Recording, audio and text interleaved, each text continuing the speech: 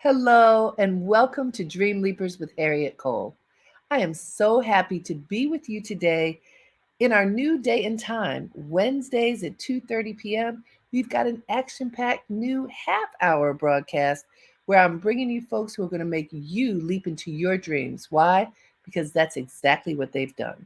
And my guest today is a welcome return guest. She's a woman who I met many, many moons ago. We worked together on a number of dynamic projects, helping to make sure that people live a great life and get their money straight.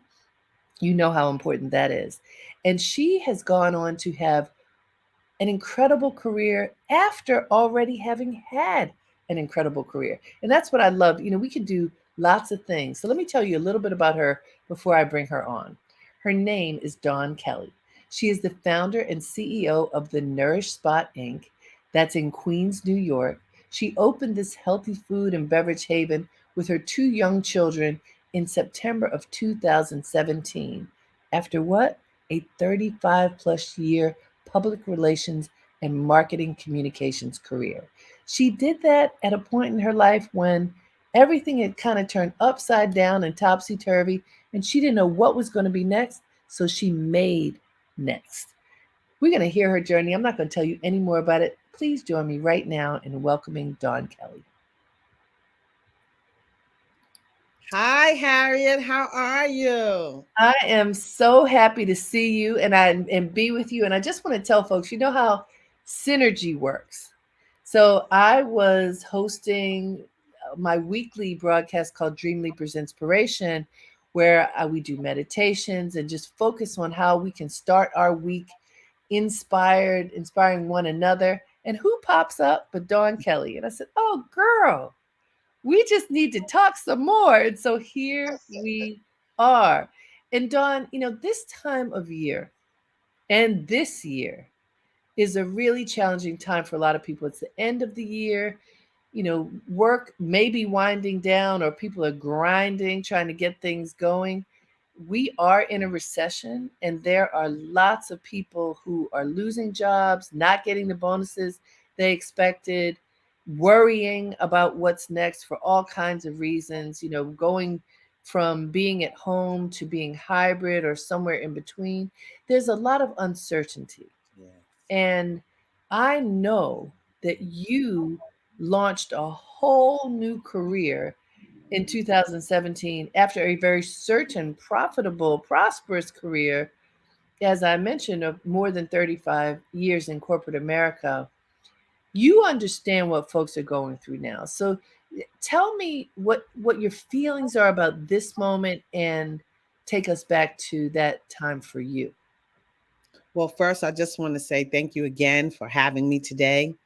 I realized recently, more recently than not, that I believe God allowed me to lose my job for such a time as this Wow. because He knew that I would be a great testimony for others, right? Um, when I lost my job in 2017, excuse me, in 2015, I Right. lost my job after working at this particular company for nearly 20 years. Wow. And it was very difficult. It was hard for me. I was in my 50s and I was a little afraid. I would just tell you honestly, because I had been working for this company for so long.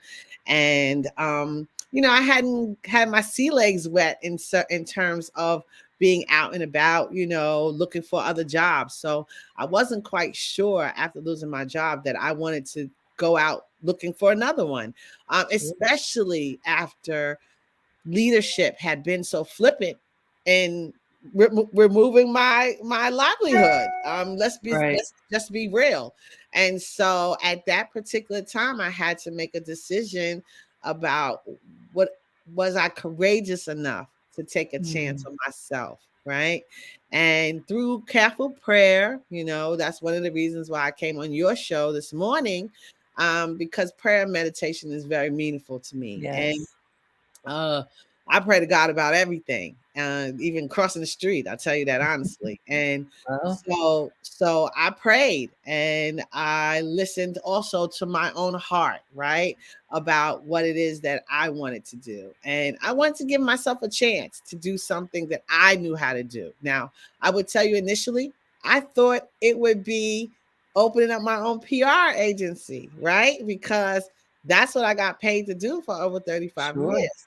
I never in my wildest dreams, sis, thought that I would be opening up a juice bar. I mean, it's it's still even 6 years in now, it Yes. still is kind of miraculous to me that I am a proprietor of a healthy food and beverage cafe here in Jamaica, Queens. And so what So I how did it happen? How did it come to be that? Because I'm pausing for a moment because I know plenty of people who have the pause, whether it and a lot of people have lost jobs since COVID happened and again now this wave this year, and people are scared out of their wits. So that's why I knew it would be providential for you to come on and talk about this because you didn't just go home and cry and say, woe is me, and I'll ride it out with whatever savings I have, but also this wasn't an idea in your head. So how did it happen? How did this come to be? Well, it wasn't. So I have to say this. While I was working at Prudential, when I first started with them in 1994, and I'll say their name, when I started working with them in 1994, I was a svelte size 8. Okay. And I was young, right? And so nearly 20 years later, when I left there, I was a size 16 and under doctor's care because my job had me traveling all over the world, Yeah. eating at all different times, socially drinking, doing all the things. And I wasn't sleeping right, and I wasn't managing my health correctly, right? So I can't blame that on the company. I blame that on myself. I was not taking care of myself the way I should. And so when the job was eliminated, I had already started my own health journey, right? Ah. And so I had gotten rid of, eating the bagels. I'm a native New Yorker, so we love our bagels. And so I stopped eating the bagels and the cream cheese. I stopped drinking the carbonated beverages, right? Started drinking water. And then I changed my diet so much so that I would be driving out to Panera from my home every day, which is about 5 to 6 miles, to get a salad or to get something healthy because we didn't have it in my neighborhood. I Mm, live in we call it a food desert. I live in an urban area right. of New York City, and for the most part, they call it a food desert. So I would drive to go get these salads, and I would be so upset when I got there because I could only have what they were offering, right? So I couldn't Mm, I couldn't mix and match or anything. So, one day I said, I guess in my frustration, I'm gonna open my own salad bar, right? Right? I just said that, okay? But then that same day I came home, and this is where it all comes together. I came home, I was sitting on my bed, I was eating a salad, and CNN came on, and the lady said, "Next up, Styles P opens juice bar in Westchester." And I was like, "Juice bar?" Harriet, I kid you not. I use the, what do you call it? the remote? The remote to keep running it back, right? To keep playing it, because I was so intrigued by the fact that, one, this rapper that I knew of, right, had started a juice bar. So, he made it kind of cool, right? And then secondly, I was checking out the decor, and I kept saying to myself, "Oh, I could do better than that." And I told Styles this, so this is nothing new. I said, "I could do better than that. I could make it more pretty, right? I could make it more pretty." And then it was almost as if I said to God, "Are you telling me to do a juice bar?" And Harriet, I just was obedient to what I heard. I heard God say, "Go outside on God Brewer and look up." And sis, I just did it. I did what I heard. Okay. I went Yeah. outside right after watching that. I went outside, which is not far from where I live. asked my daughter, dragged my daughter Jade along with me. And I said, God told me to look up. And she like, you're crazy, but I'm gonna go with you, right? And so, girl, no truth, no lie. I go around the corner, I look up, I look to the left, I don't see anything. I look to the right, I see a awning that says DK Upholstery. What's my name? Dawn Kelly. I mean, come on. Like, it was like ready made for me. And so what I had to do after that is keep going back to that space to try to find out who owned it, who was the landlord. And I would tell you that went on for a couple of weeks, maybe even a couple of months, and I never could find anybody. And then one day I was in a friend's car crossing the boulevard, and this is where it gets cute. I'm crossing the boulevard and I look to my right and I noticed that the gate to that same place is open. Harriette, I kid you not, I jumped out the man's car. I jumped out his car, the car door flinging open. I ran to the space. There was somebody in there kind of, scalpeling the wall. And I banged on the door. And that individual was just a worker telling me that he was getting the space ready to be rented for the landlord. He gave me the name of the landlord. I got in touch with them. And then here's another story. Got in touch with the landlord. He put me in touch with a real estate agent. So now I go to real estate agent. I'm filling out all these papers. This man says to me, "You don't have a job." But ma'am, ma'am, we typically, and I gotta say, everybody looks like me and you, right? He says we typically do not rent to people that don't have jobs. Okay. And listen, I had to giggle too. Right? I had to giggle too. Because really, where in African American history as of late do you find people that have that kind of money that can rent places and they have no job? Right. Let's be real, okay? That's and it. so I said to him, "Well, sir, young man," because he's younger than me. I said, "I got money." And I would just say this: I would have my savings, and my severance. You don't work at a financial services firm. You don't do work about financial behaviors of African Americans and not have a little bit of money saved, just a little bit. Right. Okay. All right? Right. So I did learn. I hope folks heard that. And I don't care where you work right now, you must save. Yes. Something.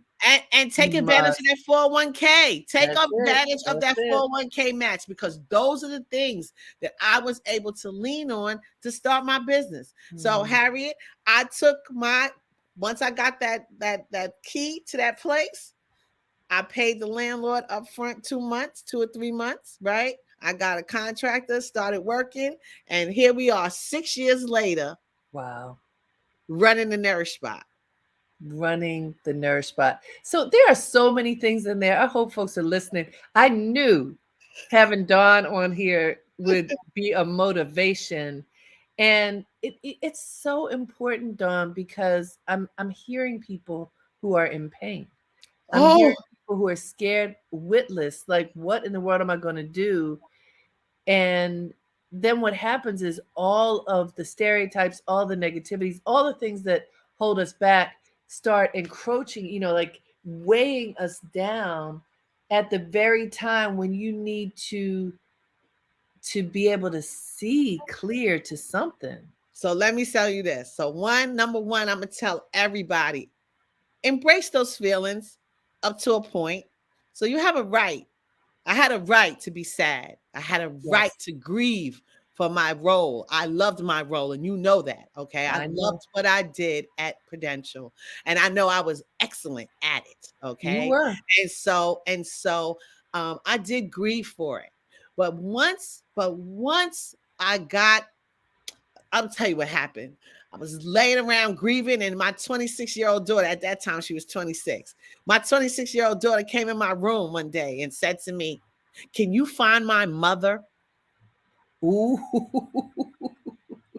Now, number one, I would say that told me I did a damn good job raising her. Okay. Okay.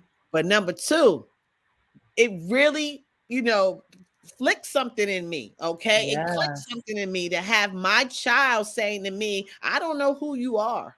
Okay. Because Wow. my mother's a fighter. All right. And you laying over there like, the world's ending. Okay. And when she said that to me, a switch went on. I'm telling you, a switch Mm, went on because I would not. It's one thing for me to be having a pity party, but that is not the example that I was trying to set for my child. Okay. that's And right.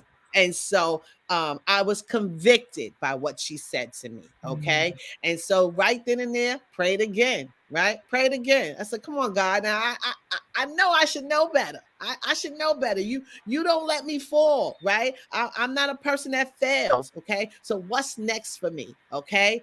And I heard that small voice say, do you know you're free? mm, Now, sis, the free that God was talking about was so much different than the free that usually we talk about. You see, we so used to going and working for somebody else. And if you think about it, that has been the plight of the black man and woman since we were brought to these shores. We were always enslaved to somebody else's want, need, or desire. Okay. that's true. When we get unattached from these places, whatever way in which it happens, that is our freedom. We are free to do and be who we want to be. And I'm telling you, I had to get behind that. I had to Mm, realize that I was free to do whatever I wanted. mm. Whatever I wanted. Testify, girl. Hey, let me remind folks you're listening to Dream Leapers with Harriette Cole. I'm so happy to be here on this day at this moment with all of you who are tuned in and with my girl Dawn Kelly who is preaching right now. And Dawn, let me give you another example because I worked with a woman recently on a shoot, hair and makeup artist who was telling me she's about to get married and Okay. she's been with her partner for so many years, and at the same time there was a sadness about her. And what she told me was that she had gotten to be about 300 pounds. She was Okay. probably even more than that.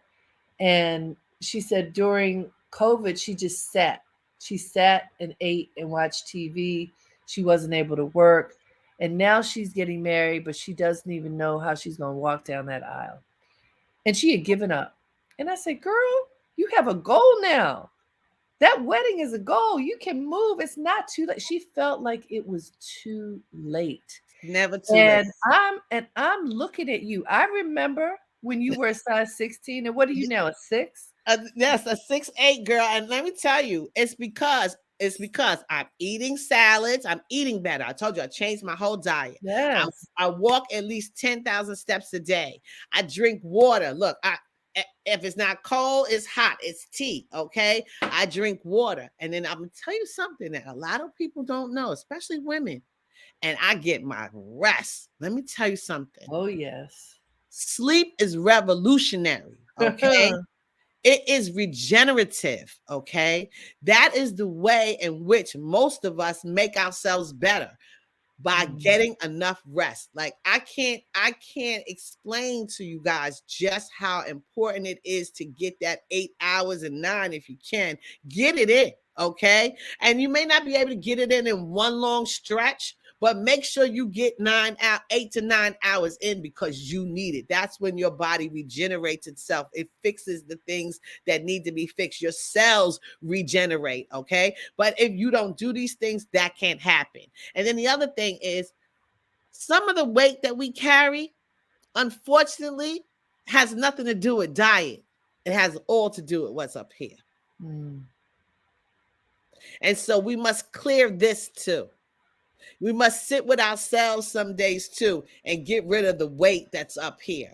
And a lot of it is forgiving yourself. And I can say that because I know what I have had to do in order to get my life right, right? So I would say forgive yourself for whatever you did, forgive yourself, okay? Because you're carrying that weight, okay? mm, Take care of yourself. The self-care is important, go to the doctor, make sure you're eating correctly, okay? And we know better. Listen, I like a hamburger and a piece of fried chicken just like the rest of us, but we must eat balanced, okay? And that's the problem. We the what do you call it? The scale is unbalanced. People are eating stuff that's no good for them, and then they're Mhm. playing around with a vegan burger every once in a while. That's not going to work.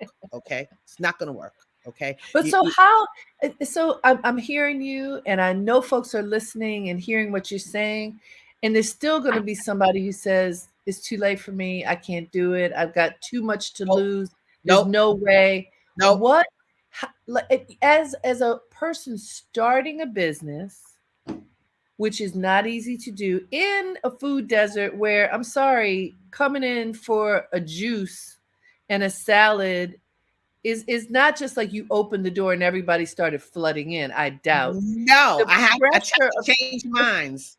so the pressure of starting a business, how did you find the discipline and the willpower to do these changes, including getting enough rest when you were doing all that too? Praying. So I wear my Christianity on my sleeve. Okay, I am not shy about telling people about Jesus Christ. And I tell you, I pray. Okay, I pray a lot and I ask for guidance. Like even before getting on this call with you, I tell God to go before me, right? Go in them Mhm. airways, right? Order the words, order the words of my mouth and my steps. Okay, I ask for guidance. I go for training. Here, that's the other thing. So I worked for AARP when I first got out of Howard University, HU. Um, Mhm. Mhm. and so one of the things that they taught us at AARP was learning is a lifelong journey. So Yes, I've always been a person that if I don't know something, I'm going to go find out how to learn that's how to right. do it, okay? And I have no problem asking questions, okay? And maybe that's because we went to college and so we know to question those that are Mhm.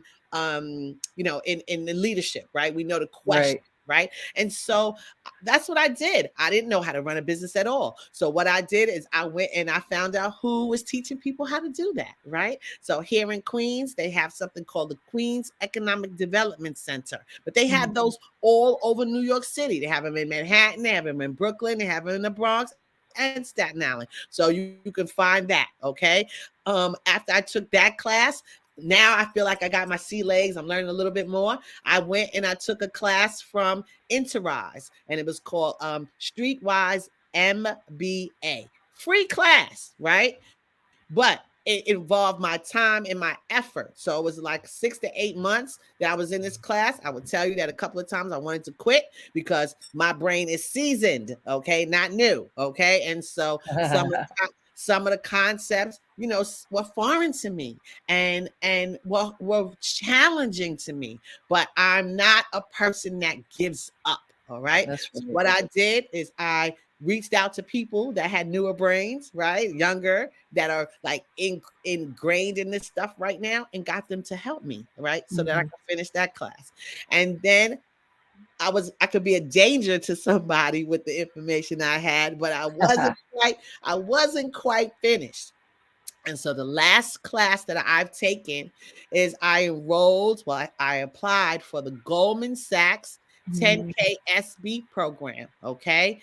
And luckily, thank God, I got accepted in the program. And I will tell you that is the cream de la cream entrepreneurial program that they have out here in these streets. Okay. And so I took that class. And once I graduated from that class, not only did I have entrepreneurial community, which is important because being an entrepreneur can be very lonely. Okay. Mhm. So now I had community, but I also had processes, procedures. I knew what a P&L statement was, a balance sheet was. These are all things that I had no clue about when I Right. first started the business. But what I knew was that I was smart enough to ask the questions, that I was courageous enough to do it afraid, and that I was spiritual enough to pray and ask God to help me because I really didn't know what I was doing. That's so many things. Did y'all hear all that? I mean, it's so many things, including the big step of putting yourself out there. Because when you are afraid, a lot of times you just crawl in a corner, pull the covers over your head, and don't take the first step. But you have to put forth that effort. And so now, 6 years in, what's happening at the Nourish Spot? Oh, girl, this has been one of the most dynamic years for me. I have cried so many joyful tears. I mean, this year we started out early this year earning a lot of grants, and then we learned early in the year, but I couldn't tell anybody, that we were going to be a concession at the US Open, okay? And we also served for the second year in a row as a vendor at the Forest Hill Stadium, where they do concerts all summer. Um, Wow. we had wonderful catering opportunities at the World Trade Center more than 3 times this year. So it's just been phenomenal. I'm now on the Mayor's Small Business Advisory Commission. That is like historic. Here I am, a little girl that grew up here in New York City, now serving at the behest of the mayor. Harriet, I'm gonna tell you, I never in my wildest dreams thought that any of this could be possible, because I, it, it wasn't on my radar screen, right? Mhm. But I'm so grateful, and all I can do with the information is share it with everybody. So I'm a Beautiful. mentor. I'm a mentor for New York City women entrepreneurs. And in my community, I know that there are, I would say, hundreds of people that reach out to me regularly to say, Miss Dawn, how do I do this? Miss Dawn, how do I Mhm. do that? And I'm so happy to be in a position to be able to tell them how to do it, because, too much is given, much is required, right? That's right. And even though much of what I've learned wasn't given to me, I actually went after it and secured it. I have it now. And so Indeed, it's you do. no fun to be the only one. Mm, I love it. And how do people get, where is the Nourish Spot? Is there a website? How can Yes. people support you?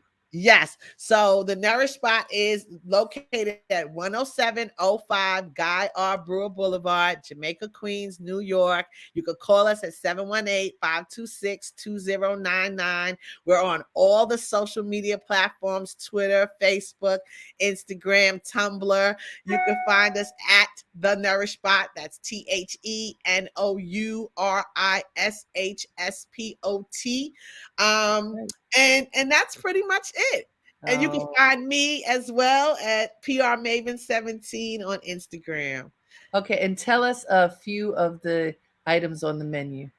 Oh, so we have some fan favorites called the Strawberry Banana Slammer smoothie, as well as our Pineapple Mango Tango smoothie. But the best thing about the Nourish Spot is the fact that you get to curate what you want to drink or what you want to eat, because we just keep all these wonderful fresh Mhm. vegetables and fruit in our store, and then we give you the opportunity to either bring your prescription in, because we have that too, or bring your palate in, and you tell us what it is you would like to be treated to that particular day, and we will assemble it and curate it for you so that you could go home and eat it, or sit at one of our tables and eat it. Beautiful. Thank you, my dear. It's been a pleasure to talk to you. Dawn Kelly, founder and CEO of the Nourish Spot. Yes, thank you so much. Thank you so much for having me here on WBAI. I really appreciate it, Harriet. And yes, come, Absolutely. let us All nourish right. you. Uh, thank you, everybody, for joining me today, for joining me at our new day and time. It has been wonderful, inspiring to talk to Dawn Kelly. I hope you're inspired too. Until next time, have a great day and make it count.